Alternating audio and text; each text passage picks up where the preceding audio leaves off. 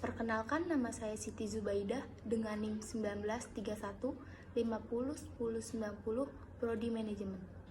Di sini saya akan menjelaskan materi yang dijelaskan oleh Bapak Dr. Muhammad Mabrur Taufik, Sarjana Agama, Sarjana Ekonomi, Magister Manajemen tentang pemasaran dan proses pemasaran.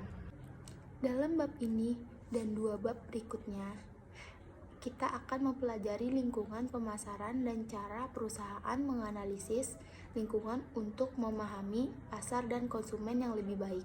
Perusahaan harus terus mengamati dan mengelola lingkungan pemasaran, serta mencari peluang dan mencegah ancaman.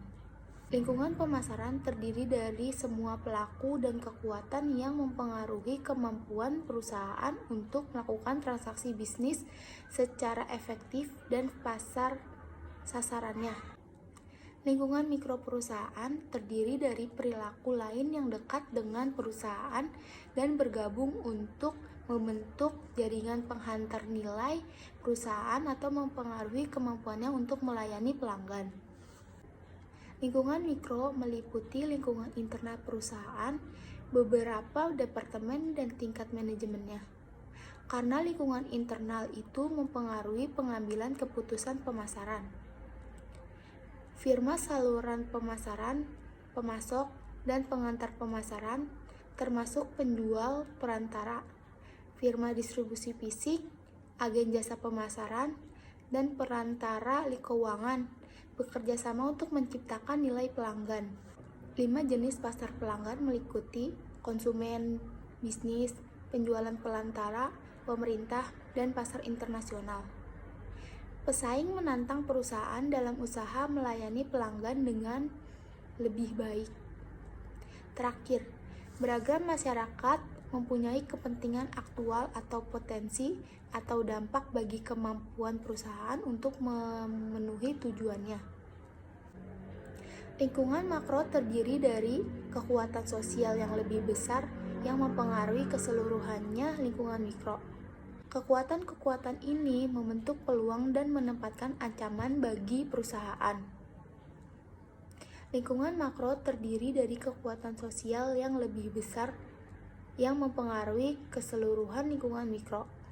Kekuatan-kekuatan ini membentuk peluang dan menempatkan ancaman bagi perusahaan. 6 kekuatan yang membentuk lingkungan makro perusahaan meliputi kekuatan 1. Demografis, 2. Ekonomis, 3. Alam, 4. Teknologi, 5. Politik, 6. Budaya. Lingkungan demokratif. Lingkungan demokratif adalah studi karakteristik populasi manusia. Saat ini, lingkungan demokratif memperlihatkan 1. Struktur usia yang berubah, 2. Perubahan profit keuangan, 3. Perubahan populasi geografis, 4. Populasi terdiri dan pekerja keras putih yang lebih banyak, 5. Peningkatan keragaman. Lingkungan ekonomi cenderung ditentukan oleh perhatian konsumen pada nilai dan perubahan pola belanja konsumen.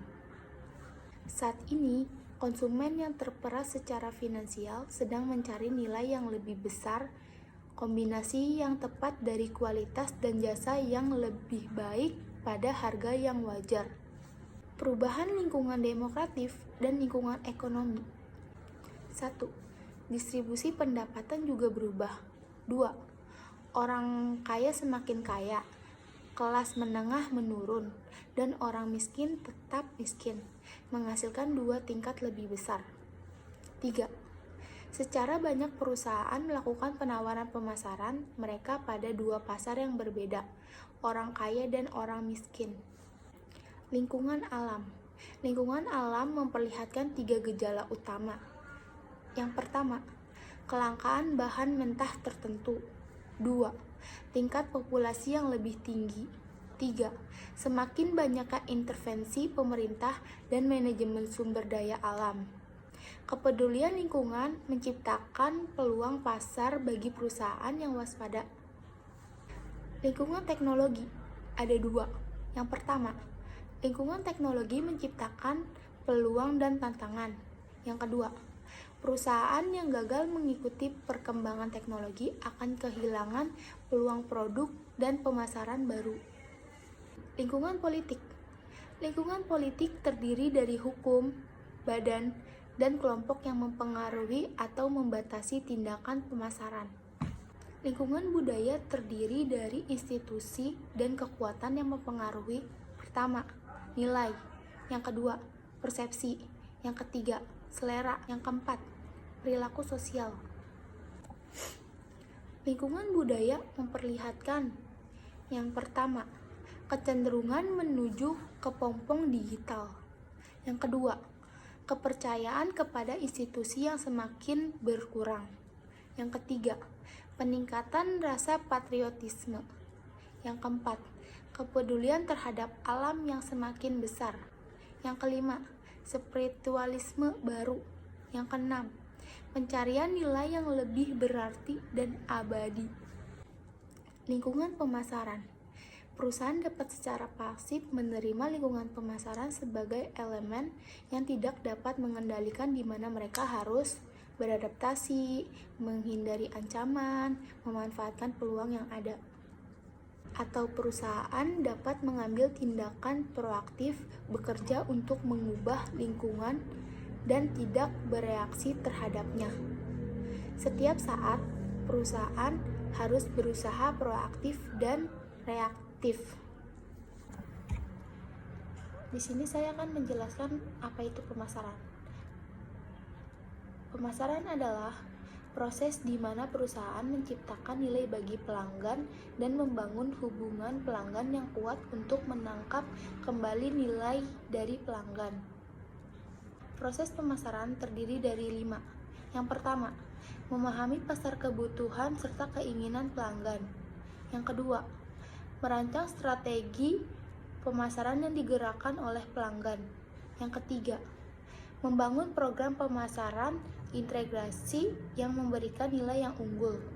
Yang keempat, membangun hubungan yang menguntungkan dan menciptakan kepuasan pelanggan. Yang kelima, merangkap nilai dari pelanggan untuk menciptakan keuntungan dan ekuitas pelanggan. Langkah-langkah proses pemasaran. Langkah yang pertama, pemasaran harus memahami pasar dan kebutuhan serta keinginan pelanggan. Langkah kedua, pemasaran merancang strategi yang digerakkan pelanggan dengan tujuan mendapatkan, mempertahankan, serta membutuhkan pelanggan. Langkah ketiga, pemasaran membangun program pemasaran yang benar-benar memberikan nilai unggul. Selanjutnya, membentuk dasar bagi langkah keempat, membangun hubungan pelanggan yang menguntungkan dan menciptakan kepuasan pelanggan. Langkah yang terakhir, perusahaan mendapatkan hasil dari hubungan pelanggan yang kuat dengan menangkap nilai dari pelanggan. Memahami pasar dan pelanggan ada 3. Yang pertama, perusahaan pemasaran terkemuka berusaha lebih jauh mempelajari dan memahami kebutuhan, keinginan, dan permintaan pelanggan. Yang kedua, pemahaman ini membantu mereka merancang penawaran pasar yang memuaskan keinginan dan membangun beban nilai hubungan pelanggan yang dapat dipakai untuk menangkap nilai seumur hidup bagi pelanggan yang lebih besar. Yang ketiga, hasilnya adalah peningkatan ekuitas jangka panjang pelanggan bagi perusahaan. Konsep inti pasar mencakup kebutuhan, keinginan, dan permintaan. Kebutuhan adalah keadaan yang muncul dari perasaan kekurangan. Sedangkan keinginan adalah bentuk kebutuhan yang terbentuk dari budaya dan kepribadian seseorang. Sedangkan permintaan itu didukung oleh daya beli keinginan menjadi permintaan. Yang kedua, penawaran pasar. Penawaran pasar adalah kombinasi produk jasa, informasi atau pengalaman yang ditawarkan ke pasar untuk memuaskan kebutuhan atau keinginan tertentu. Yang ketiga, nilai dan kepuasan. Yang keempat, pertukaran dan hubungan. Pertukaran adalah tindakan untuk mendapatkan objek yang diinginkan oleh pihak tertentu dan menawarkan imbalan. Pasar. Pasar adalah kumpulan semua pembeli atau potensial dari suatu produk dan jasa. Di sini saya akan menjelaskan definisi manajemen pemasaran. Definisi manajemen pemasaran adalah seni dan ilmu yang memiliki target dan membangun hubungan yang menguntungkan dengan target pasar tersebut. Strategi pasar yang digerakkan oleh pelanggan. Yang pertama, untuk merancang strategi pemasaran yang unggul, mula-mula perusahaan harus memutuskan siapa yang akan dilayaninya. Yang kedua, perusahaan melakukan hal ini dengan membagi pasar menjadi segmen pelanggan atau segmentasi pasar dan memilih segmen mana yang akan dituju atau target pemasaran. 5 orientasi pasar. Yang pertama, manajemen pemasaran dapat mengadopsi salah satu dari 5 orientasi pasar. Yang kedua, konsep produksi menyatakan bahwa tugas manajemen adalah meningkatkan efisiensi produk dan menurunkan harga. Yang ketiga, konsep produk menyatakan bahwa konsumen menyukai produk yang menawarkan kualitas, kinerja, dan fitur inovasi terbaik. Karena itu, hanya diperlukan sedikit usaha promosi. Yang keempat, konsep penjual menyatakan bahwa konsumen tidak akan membeli produk organisasi kecuali organisasi mengadakan penjualan dalam skala besar usaha promosi. Yang kelima, konsep pemasaran menyatakan bahwa pencapaian tujuan organisasi tergantung pada penentuan kebutuhan dan keinginan target pasar dalam mengantarkan kepuasan yang diinginkan secara lebih efektif dan efisien daripada pesaing. Manajemen hubungan pelanggan. Dalam arti luas, manajemen hubungan pelanggan adalah proses membangun dan memelihara hubungan pelanggan yang menguntungkan dengan menghantarkan nilai dan kepuasan pelanggan yang unggul. Sekian dari saya, kurang lebihnya mohon maaf. Wassalamualaikum warahmatullahi wabarakatuh. Salam budi luhur.